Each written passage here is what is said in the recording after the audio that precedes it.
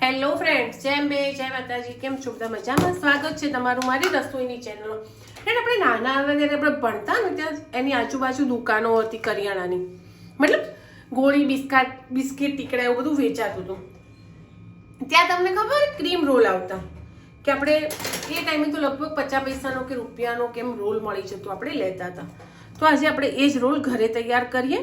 તો મેં લીધો છે મેદો, 1 વાટકી જેટલો મેદો લઈ લઈશ, નાની સાઈઝની. તમારે જે રીતે રોલ તૈયાર કરવા હોય એ રીતે મેદો લઈ લેવાનો. ફ્રેન્ડ, બહુ જ મસ્ત ઘરે બને છે.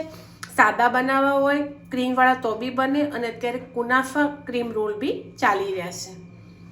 એ બનાવો તો એ બી બને, જે તમને ભાવે એ રીતે.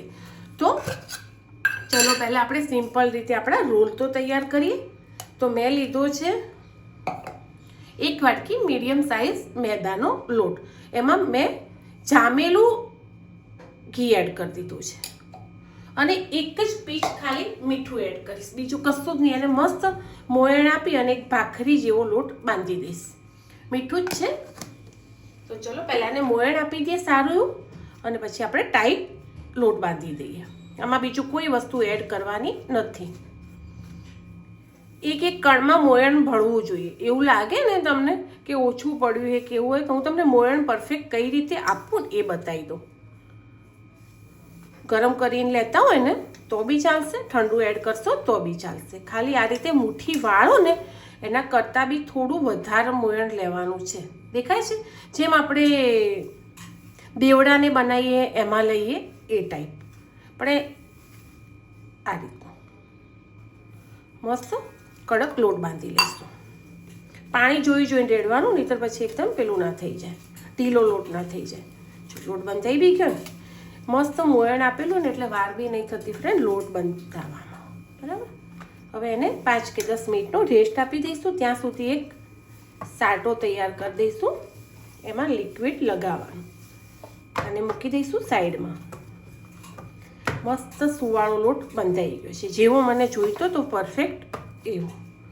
હવે લઈ લઈશું 1 વાટકી હળવા હાથે ગોળ રોટલી જેટલું તૈયાર કરી લઈશું. એનાથી મોટું જે રીતનો લોયો હોય એ રીતે તમારે સીટ વણી લે. તો મેં સીટ તૈયાર કરી દીધી છે. હવે આપણે જે પેસ્ટ બનાવી રાખી ને એ લગાવી દઈશું. ફ્રેન્ડ, શિયાળો હોય ને એટલે આ પેસ્ટ બી જામી જાય છે મસ્ત. બધે જ્યાં એની સીટ હોય ને ત્યાં બધે આવી પેસ્ટ અડે ને એ રીતે મસ્ત એને લગાવી દેવાની. અને પછી જે આપણી રોટલીઓ છે ને બધી સીટ ને જે પેસ્ટ બનાવી હતી એ બી લગાવી દીધી છે. અને પછી આપણે એને આ રીતે બંધ કરી દઈશું અને એક ચોરસ સીટ તૈયાર કરીશું. આખી વાળો તો બી ચાલે અને આ રીતે વાળો તો બી ચાલે. હવે આને આપણે મસ્ત વણી લઈશું. બહુ વજન દઈને નહીં વણવાની, પણ સરસ ચોરસ સીટ તૈયાર કરી લઈશું. મેં 4 રોટલી વણી હતી. ચલો બધેથી એક સરખી વણી લેવાની.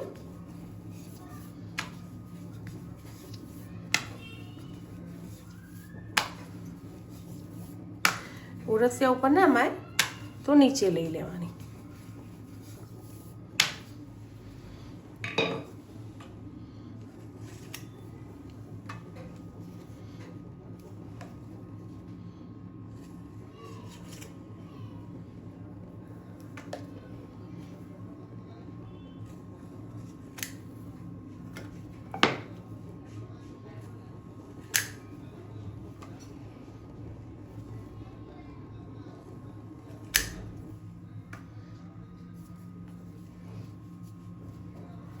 હવે આપણે આની પતળી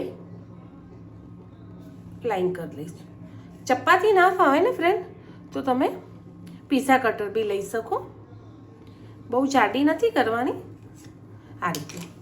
પછી હવે કે આને લગાવો કઈ રીતે, તો તમારા જોડે કોઈ બી એવું હોય વાસણ, મતલબ આવું ગોળ રાઉન્ડ શેપ વાળું હોય તો એનાથી લગાવી દેવાનું. અને એવું ના હોય તો અત્યારે એલ્યુમિનિયમ ફોઇલ આવે છે, તમે એ બી લગાવી શકો. તો આ રીતે હું રાઉન્ડ કરતા જઈ અને એક રોલની આકાર આપી દઈશ. ઘરે બનાવો છો એટલે તમને જેવો બને નાનો મોટો કોઈ જરૂર નથી કે ભાઈ મોટી સાઈઝ જ લેવો. છોકરાઓનો શોખ પૂરો થાય અને આપણને ઘેર બેઠા એક સારી વસ્તુ ખાવા મળે.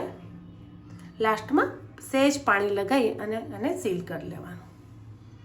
ઓકે, અને પછી એને આપણે તેલમાં છોડી દઈશું.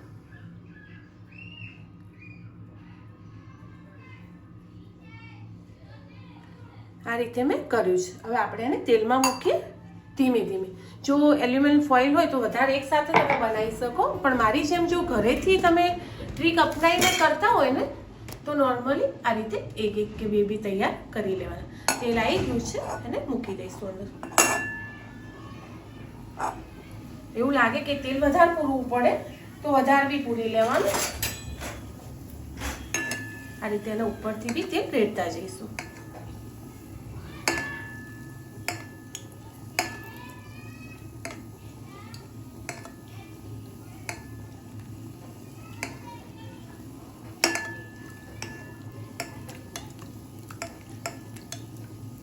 મસ્ત આ રીતે રોલ આપણે તળતા જઈશું.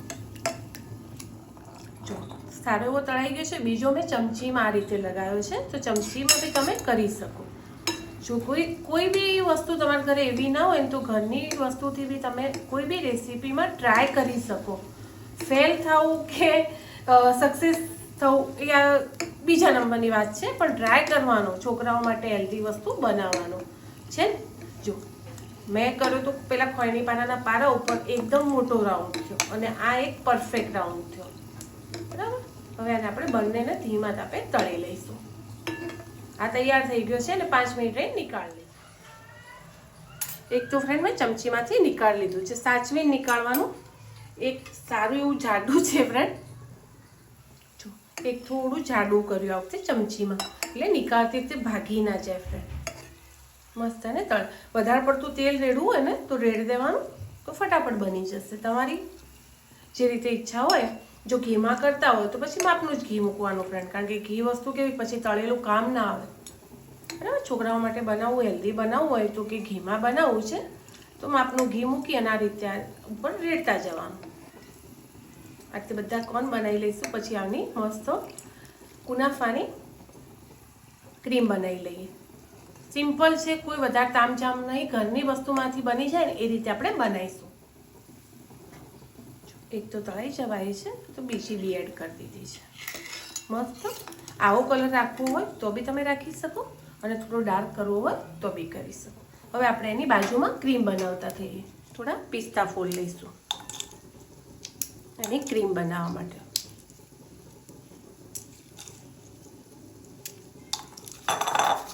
કોચરા એના ઉખાડ લઈશું.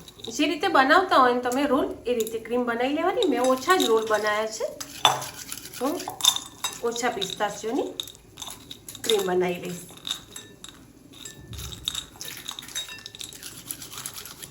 મેં પિસ્તા ક્રશ કરી લીધા છે.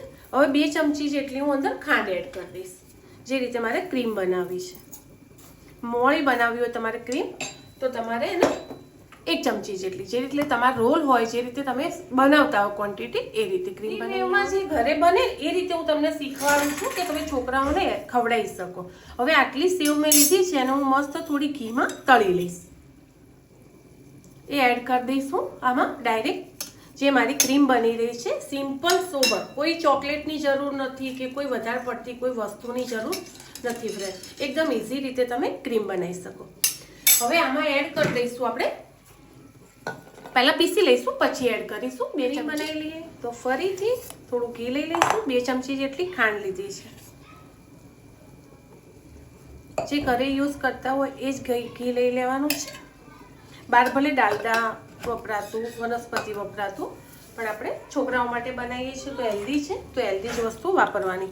તો આપણે ઘી અને ખાંડની ક્રીમ બનાવીશું. થોડી મહેનત પડશે પણ મસ્ત. અને એમાં આપણે પિસ્તાશિયોનો જે પાવડર કરીને રાખ્યો છે, પિસ્તા છે, પછી કુનાફા ચોકલેટમાં જે યુઝ કરીએ આપણે એવી સેવ છે. અંદર ફિલિંગમાં આપણે એ ભરીશું. ખાવા લાગી ક્રીમ બનતા વાર બી નહીં લાગે. એટલે કોઈ ચોકલેટ કે કોઈ એવી અનહેલ્ધી વસ્તુ આપણે અંદર એડ નહીં કરીએ ફ્રેન્ડ.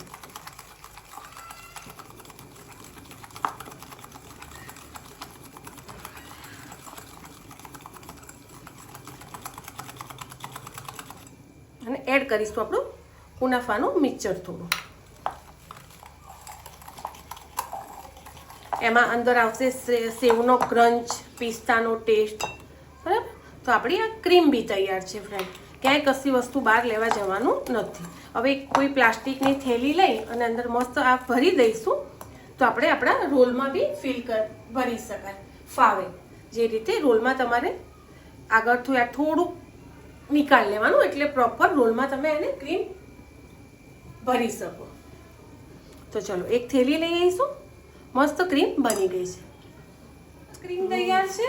એડ કરી લઈશું આપણે આપણી જે તમે કેક બનાવતા હોય એને એરી પાઇપિંગ આવે થેલી આવે છે એમાં લેતા હો તો એ લઈ લેવાની. તો ઘરની કોઈ પ્લાસ્ટિકની થેલી હોય એમાં લઈ લેવાની. જેવું કાણું હોય ના હોય તો થોડું આગળથી કાણું કરી લેવાનું.